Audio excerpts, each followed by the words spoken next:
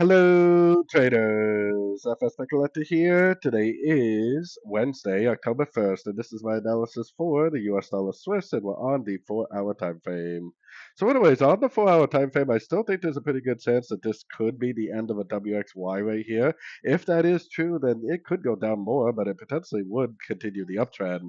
The only reason why I say possibly it could go down more is because on the 1-hour time frame, it looks like a possible flat right there. So let's go down to the 1-hour time frame. On the 1-hour time frame, what it looks like it did is it looks like it made five waves down and then one up, three down, and then one up again.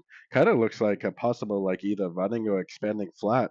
We're almost to the 161.8, which is a target for a flat.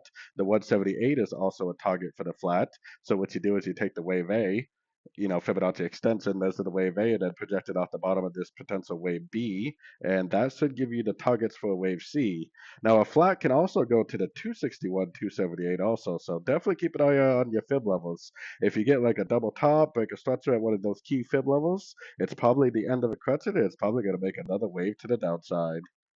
So anyways, don't forget to check out my website, linked over here in the corner, and as always, thank you for watching and happy trading.